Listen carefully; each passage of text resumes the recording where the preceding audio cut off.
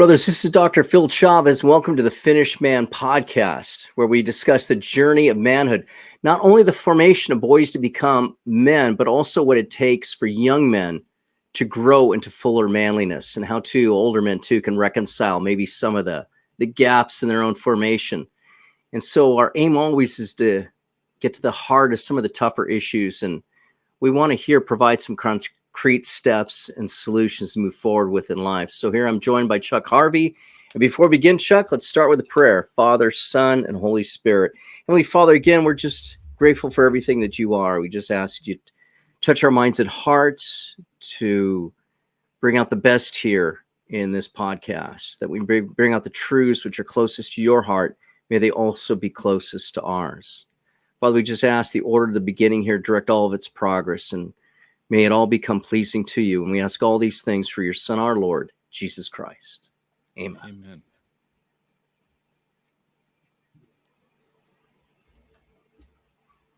All right. So, in our last episode, Philip, we have been going through the different aspects of different types of human formation, and specifically, of course, in the context of men.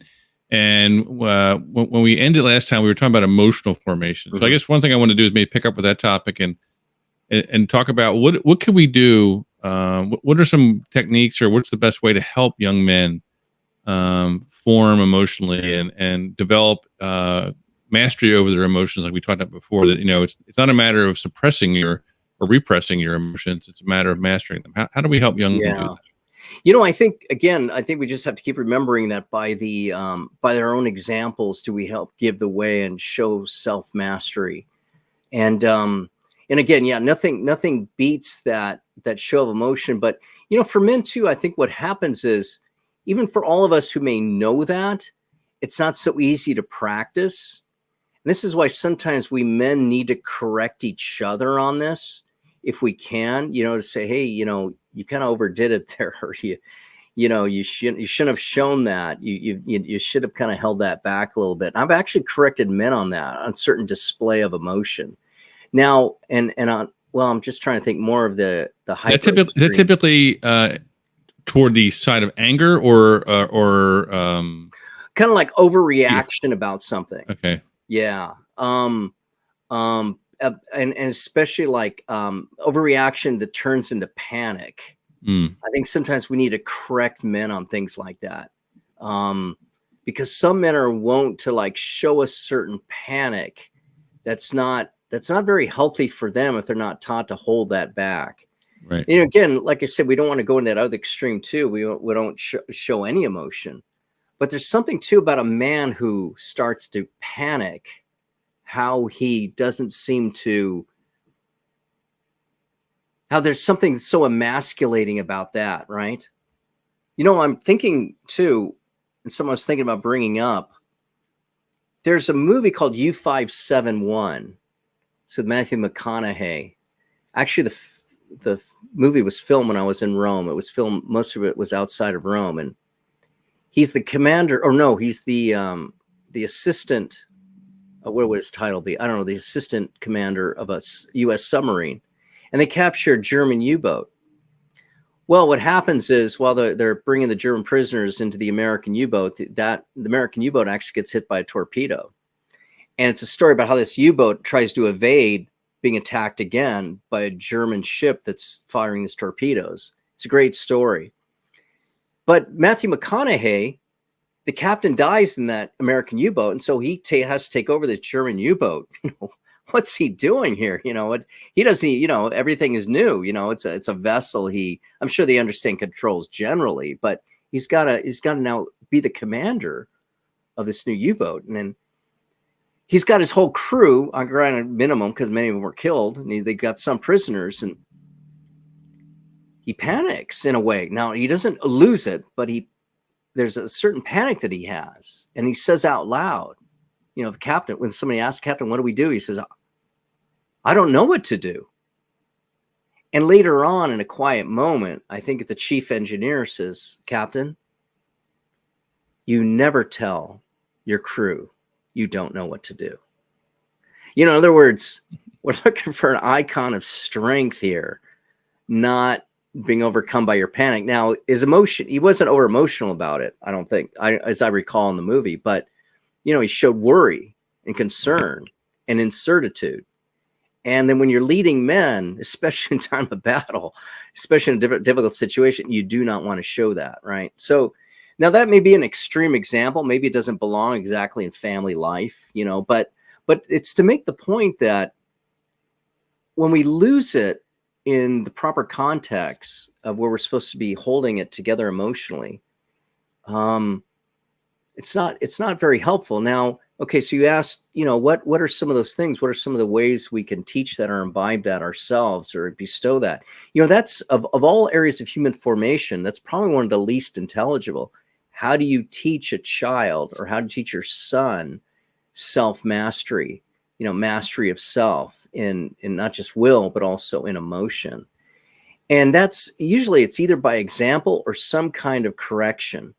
Now, oftentimes for a kid in a lot of different emotions, sometimes when we approach them calmly and say, son, it's all right, you're going to be okay. And so he learns at least to calm his emotion, because, we all understand what it is to have emotional eruption. And that's very hard to control in a person. In fact, their level of emotional eruption or emotional response, I think, is somewhat fixed in early childhood. However, once that emotional response comes, you can be trained to calm that down sooner, to bring it to a level of reason. Again, the instant spontaneous level of emotion is hard to form in a child. In fact, it can't be. It's almost cemented in there. But you can teach a child, or an adult, or even an adult for that matter, even though it might be harder, what it is to kind of control your emotion after you've had it. And so a lot of times when fathers convey very positive words, and this is where they got to be careful too, because it's, they shouldn't be doing it abruptly or harshly either. Son, calm down. I've even heard guys say, you've heard this too, stop acting like a girl to their sons. Well, talk about something that's very wounded. My father never said that to me, right? I mean, I think he said other things to me, but he never said something like that. So there's ways we could really insult kids when we try to calm them in their emotions, right? So we got to be very careful in the things that we say to them. But sometimes I think for a lot of emotional control here, and usually we're talking about, I mean, it's hard to train somebody to have emotion, right? So if your child doesn't have emotions, I don't know, it's gonna be hard to train them by example of yourself getting excited about certain things, which is proper too. Because sometimes children, their emotions are dead in terms of being woken up.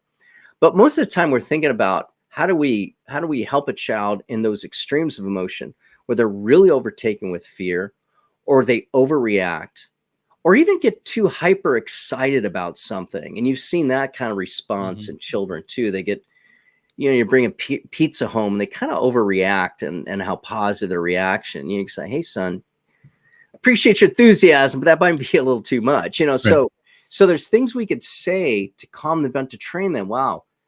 Yeah, that wasn't a good display. You're trying to say, son, that wasn't a good display of emotion. Okay, I'm glad you're happy. Yeah, be excited, but let's not overdo it here. You don't have to say those words. I was gonna say, son, appreciate the excitement, but let's Just tone a it down a pizza. little bit. Yeah, it's just a pizza. That's right. It's just a pizza.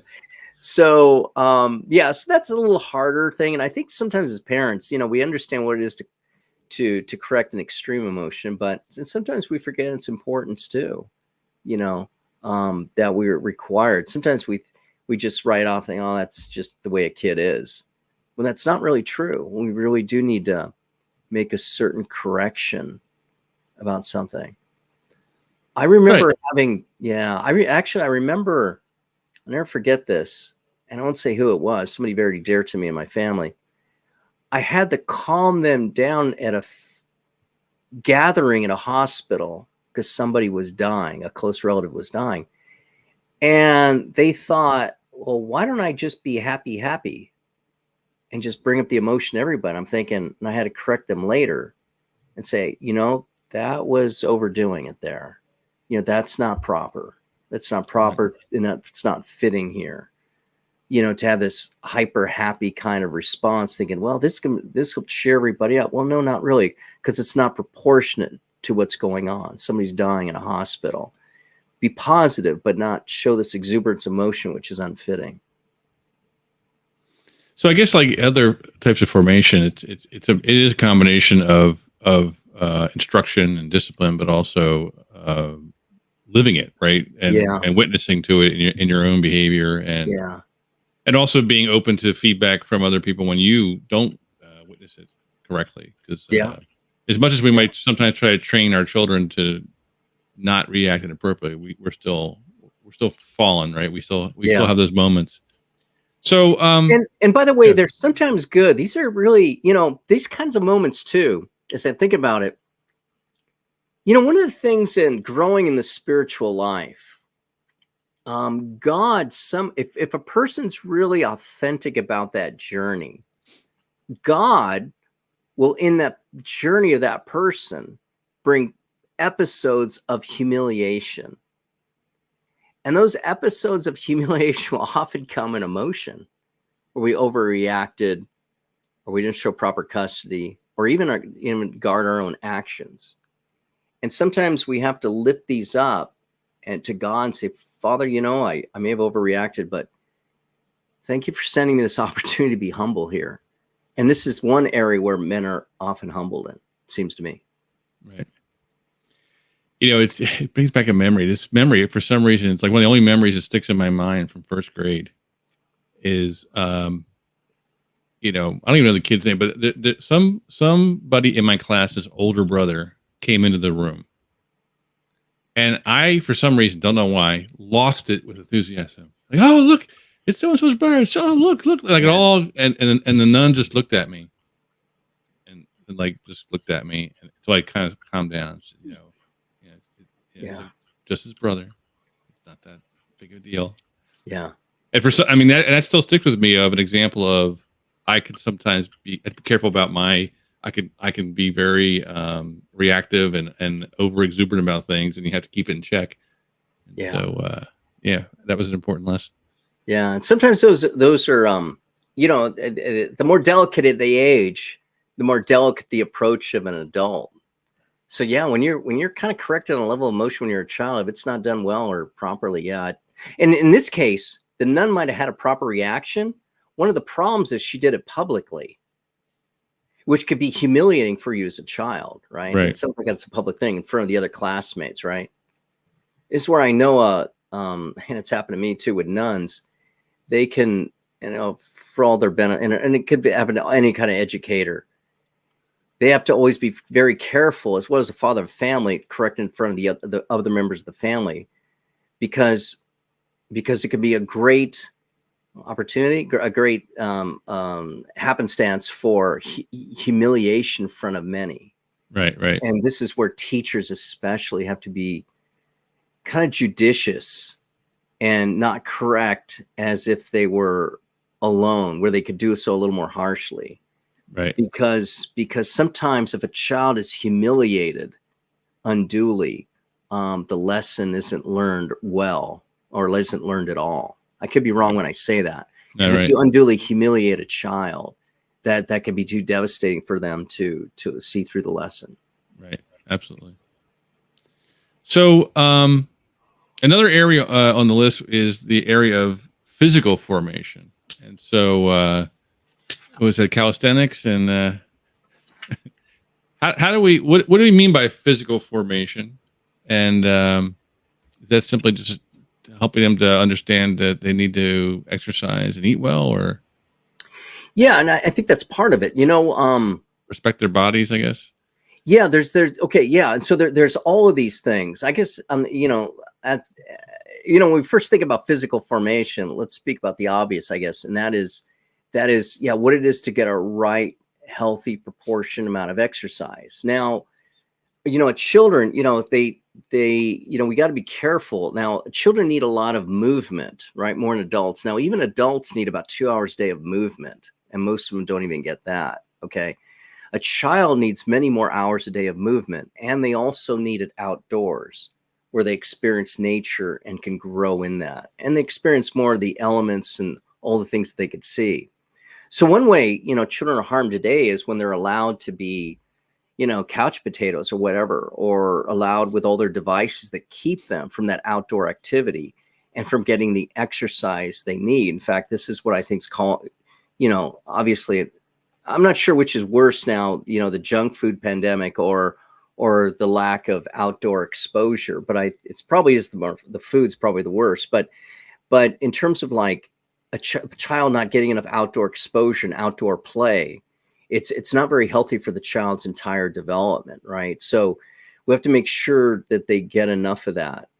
And even parents, to the extent they can, need to play with their children outdoors to show them, hey, can be a real enjoyable thing. And that, of course, too, you think too that's where you bonded, maybe not so with your mother, but your father, who did outdoor physical things with you. And it's kind of vital that men share a lot of outdoor experiences together. Somehow they bond well in the outdoors. You'd see too how, and I think this is universally true, the most dramatic picture we could find of father and son is when they're fishing, right? And so we see, like, I have these iconic images in my head. They're easy to form about father and son fishing, and they're just, you get an image from their back, and they're just quiet, So that's sort of a physical formation too, that you're enjoying the outdoors with your son and communing with them. But those things, they help for that human formation. Now, in the more mature avenues of what it is to get formation, it's very important what I'm finding. Okay, there's many different comments we can make about the importance of physical formation, right diet, right exposure to nature, right amount of physical exercise, healthy exposure to the sun. But one of the things I think is important too, as we get older, one of the things we don't realize is that, and I think it's good to teach children early, is that older people, such as you and I, Chuck, we need exercise more than youth do. Not for development, but youth could kind of be youthful and pain-free without a whole lot of exercise. Now, they need it for their development. I get that. But when you get older, it's almost as though exercise becomes a very important thing. And sometimes, I don't know, in the American tradition, we think, well, we're older, we don't have to exercise. And we did that when we were young. Right. Well, no, not true. And so when we're older, we need to be concerted about exercise of stretching, cardiovascular, what we call cardio, and weight bearing, or resistance bearing, which can be called otherwise weightlifting or something like that. So these three things become very paramount for older men because that's when our backs get compromised and a lot of our bodies get compromised. And so, in days of old, you didn't have these old folks' homes, which the majority of the residents today are there because of lack of exercise, not because of natural deterioration or disease. Okay, these old folks' homes are kind of a modern phenomena. Not that people didn't have compromised systems, but they're more compromised today because of the less exercise we get. Right. And so we find ourselves, or let the elderly find themselves, and really there's no real rationale for them, in the sense that if people got enough sufficient exercise, they wouldn't have to do that. Now, of course, that's something that a person needs to be educated, I think, sometime earlier in life, because it bodes well for helping a person understand they need exercise lifelong. But again, for some reason, in American Western mentality, for some reason, we get older and we somehow think we could kind of dispense ourselves from this. But it becomes, because of the needfulness of it, it becomes a moral obligation. Now, one of the things specifically, okay, we certainly understand, maybe you don't have to explain to somebody the importance of cardio formation, I think, because that is healthy. And a lot of people disagree with what limits are and whatnot, but we all understand, and even doctors, at least, they'll understand too. Yeah, you need cardiovascular exercise so you can have a strong heart. So we all get that. One of the things men don't get, though, I think, which is actually very vital. And I see this happening to the clergy. In fact, I was actually talking to a seminarian I met in a coffee shop today about this. And he had that kind of that weak handshake. He was a Franciscan. He was on a home visit. And I could tell he needed some exercise in his life. I said, young man, I said, I want you to do weight-bearing exercises 3 times a week, and I promise you'll become a better priest because of it. And I said, if you don't, your testosterone level will diminish, and that will disaffect you and everything about you. The way you preach, your bearing, how you impress men, how you lead, everything.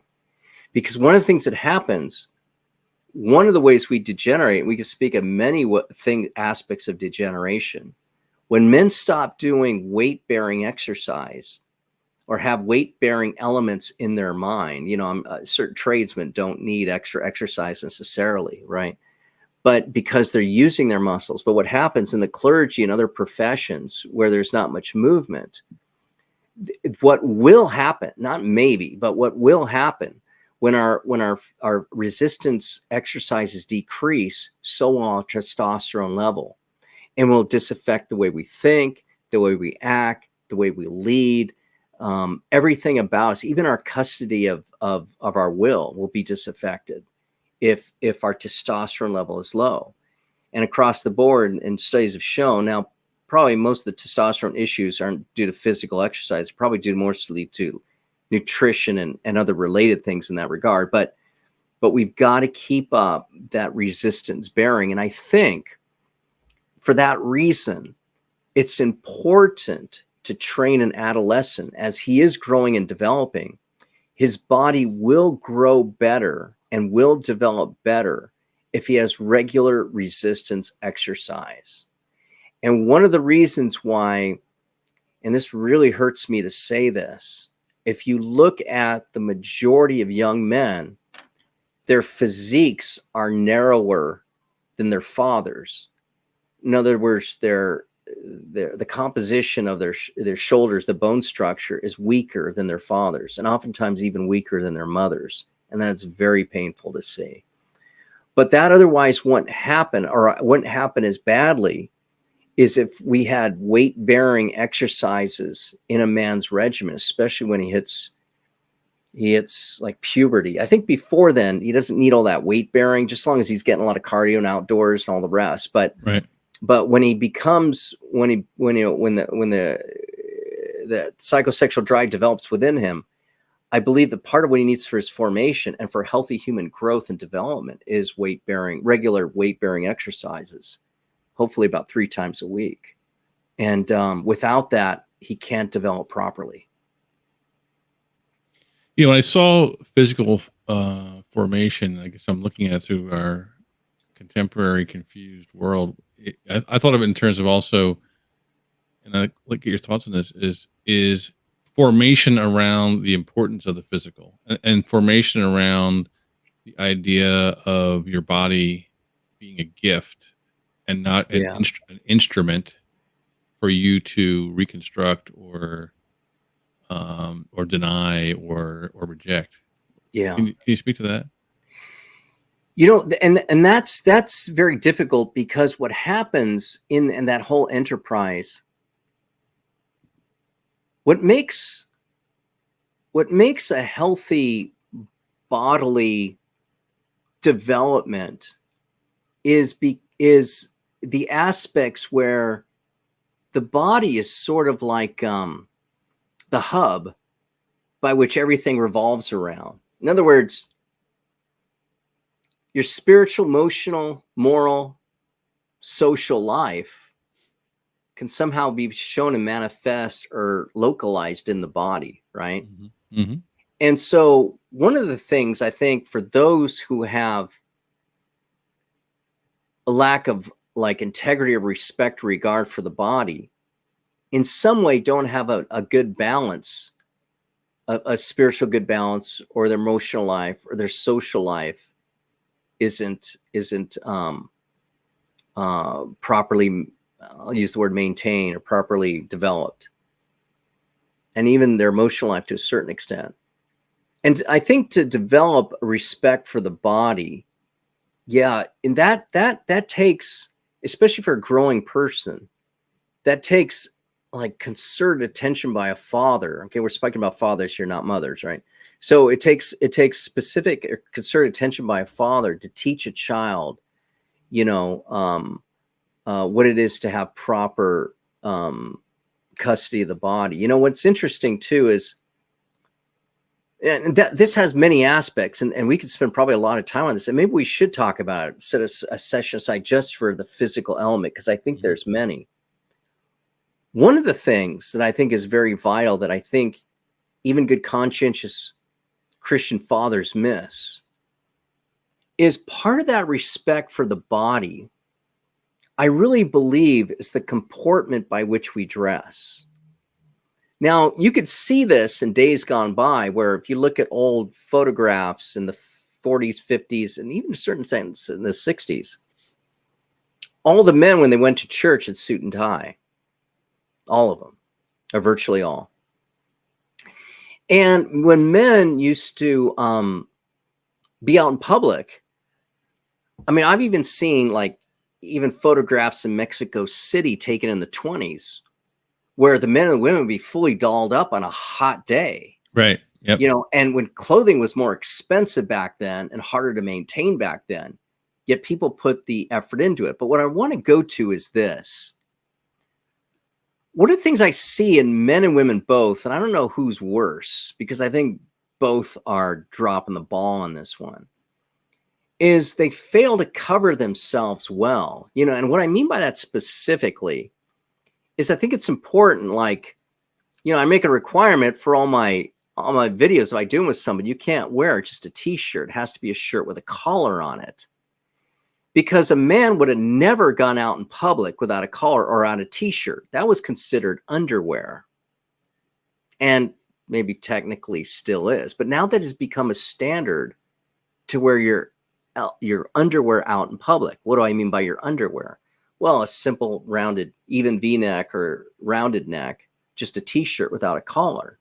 That a man would go out in public without a collar. Now I'm talking about Western tradition, and we talk about other traditions of other nations, but for the most part in a Western tradition, which you and I are imbued in, right, it's important that when men are out in public, they don't go out in their underwear. And all the more so when they're in presence of women. Now, I'm not talking about the ball field, right? Or I'm not talking about the beach here either. But even though in the old days, people used to dress up around the beach, okay? Right. So, and I don't think it's proper either, and I don't care how hot it is outside, to wear shorts everywhere. I just don't think it is. And that, as I realized, it really wasn't done in the past. Boys wore shorts. Boys wore their underwear. Boys wore their baseball caps. And boys wore them, you know, in, you know, reverse form, you know, where the back of the cap was to the front. Now, this is because it's very difficult, because you want to talk about things people are very sensitive about, probably women more than men too, about the way they should be dressing, right? So this is a really hard sell. But however, that being said, I think it is important. One of the reasons where we're losing a respect and reverence for the body is because we're not teaching the youth and maybe giving an example of what it is to just dress respectfully. You know, I'm shocked at what people wear to church. I mean, I you know, it's well, of course, I'm here in Southern California too, where I'm probably doubly shocked than I would be if I were in Philadelphia, Pennsylvania. But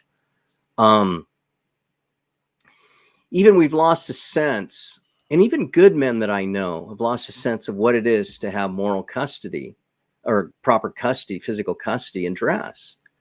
A lot of otherwise, you know, like I'd say good men, they're very sloppy about that. And they won't mind, they'll wear jeans to church, to mass. They'll wear cowboy boots. I'm not talking about polished boots or something like that. I mean rough, rugged, or work boots, you know, right, or athletic shoes. And there's something about that's very improper. And so there's something about covering of the body, which I think if we're not doing that well, we can't really speak well of respect for the body in general. That's my opinion, but I hold that very strongly. No, no, no. What you're saying makes sense, and it's also very true. It's a very tough topic. People aren't very open to any kind of critique or any kind of external constraint on. It's almost part of a general informality. Like everything's so informal. Yeah. It's a rejection of the formal, and so it's in speech and dress. It's just part of our. It seems to be part of our sort of the culture we're in. The rejection of those traditions of if you're trying to, if you're in a sacred event like church, or you're at a out in the public in a restaurant, or you're actually dressing the part. And Yeah. I do believe if I had a discussion with somebody yesterday about this who disagrees with this, that I think the way you dress does affect how you act. Yeah, I think you're right. I mean, this is a total nerd thing I did when I went to college in the '80s, right? So this was sort of the right wing swing, the Reaganomics, all that stuff. But so when I was a business major, of course, it's college, right? But whenever I had a test in a business class, I wore a tie. Wow, that's impressive. Because I just felt it just put me, and the guys, people would make fun of it. Not, they were, but it's like I would just do it. I would just, okay, I got a business class test today, so tie goes on. Wow, good for you. Just put me in the zone, because I think it just kind of gives you that respect for what it is, what's the task at hand, and it puts you in the right context. Yeah, and it isn't the case too. I mean, there's a lot to be said about that phrase "dress for success." Right. Right. And you go in for a job interview. What are you going to be doing? I mean, especially if it's in the business realm. I'm not sure you can correct me on this, but generally, well, it definitely used to be. You should always have at least a shirt and tie on. Yep. I don't think, especially for a business position, you don't go in a polo shirt. But yeah, there is something too about when you dress up a little bit. Now, I think men and women could take that into an area of vanity. We know that there's extremes to any human action, but there's something about dressing up to be an example. And by the way, I mean, I've been in. I used to have a fencing instructor. In fact, he recently passed this last July, and he used to always dress up. Now, he has an English background, and he learned a lot about chivalry, and he would never go out without some kind of jacket or very nice vest. Never. I've never known him for 13, 14 years. I've never seen him in now I've been to his home. I take that back when I've seen him inside his home with a shirt on, but outdoors, he would never be without a jacket or a nice vest on. Never. And so, and generally his slacks were good and his shoes were reasonably good. And so, but it was very important to him to have the kind of, and it was always a long sleeve shirt. In fact, it becomes a modern thing too now to even have short sleeve shirts, because in the past you'll see that men did not wear short sleeve shirts, Right. Nor did women either. They had their arms covered. And I don't know, there's something about that. And I've seen this man, I've been out with public in him. And I remember, well, in one case, maybe twice, but at least one, I remember a woman commenting, we're at a restaurant. She said to him, "Thank you for dressing up." It took me by surprise, a woman he didn't know. And she just said, "Well, thank you for looking so nice," or something like that. I forget what she said. But women especially notice those things, the way we men don't, Right. So, and I think it's important as a testimony to a woman when we dress up in her presence, or not in her presence, but I mean, we're dressed up and we're in their presence. There's something about they really see that as a sign of respect for them. That's why in public too now, I may go out in polo shirts and they may be short sleeved, but I never, unless I'm doing a power walk or as something athletic, right? I always have a collar on, always. And I'm in Southern California and I live in a very hot area. I don't go out in shorts anymore. Now, if I'm taking a power walk, we're not talking about that, right? Right. But I don't. Actually, I even wear slacks in the weight room in the gym. Okay, now they're athletic slacks and all the rest, but I don't even. I guess now because there's so many women around, I don't. I for the most part, in fact, I can't even remember the last time I even went without slacks and or kind of athletic pants in Right. weightlifting because there were women present. And but I don't go out in public in shorts. I don't do that. I'll go out in athletic shoes, but I try not to make them look sloppy or whatnot. But yeah, I just think it's important for certain respect and custody of the body that we step it up a little bit.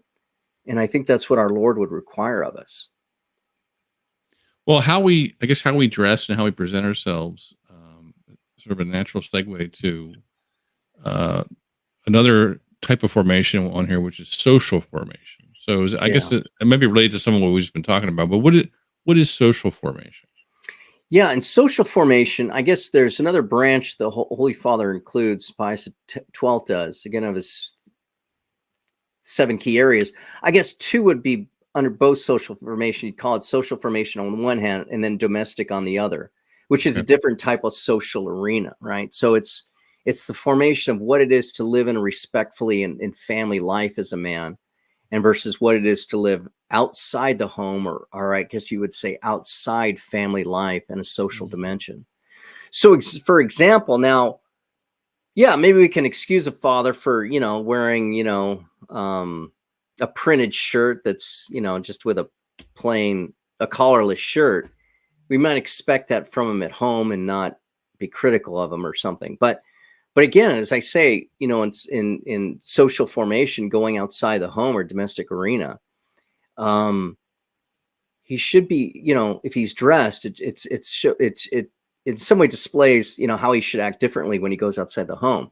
But generally speaking, in social formation, I think that has a lot to do with mutual respect, respect of others when you go out. For a man too, that kind of means custody of his eyes when it comes to women and all the rest.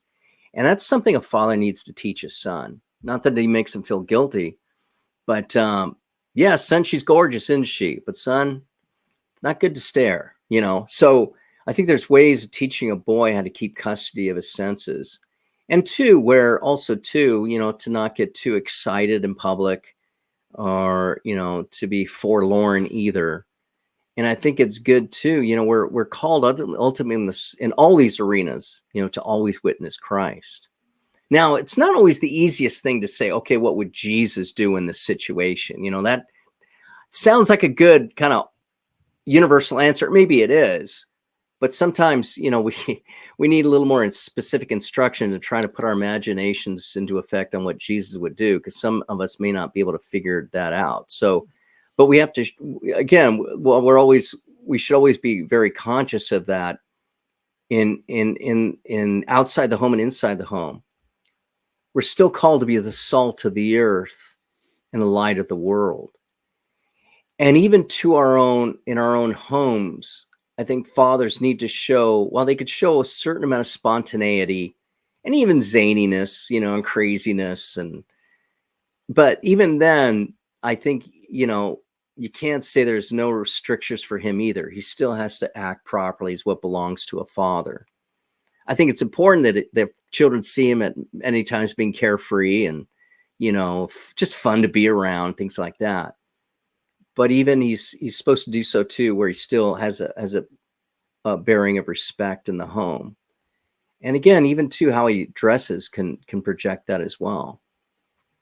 And do you think the fact that we live in a very post-Christian society makes it even harder to help young men to be formed socially, that how they are to be Christ out in the world, and they're not, Yeah. it's not going to get reinforced in the water, right? It seems to me that young people today, all of us, have a harder time um, figuring out how to navigate our lives in our society, because our society doesn't seems to no longer respect our view of the world.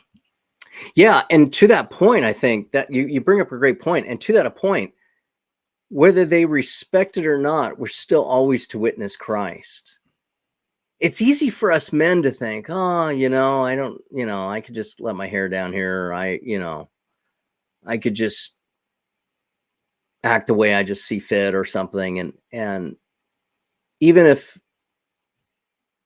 we don't, certainly we don't do things in terms of our public habits or even our domestic habits only to please others. We try to do them because they're fitting and right.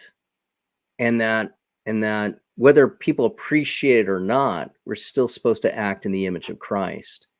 Again, whether people regard that or not, we're supposed to always act in his image. And that's kind of where a sense of honor has come from too, where there's some quotations, that say something to the fact that, a man is honored, in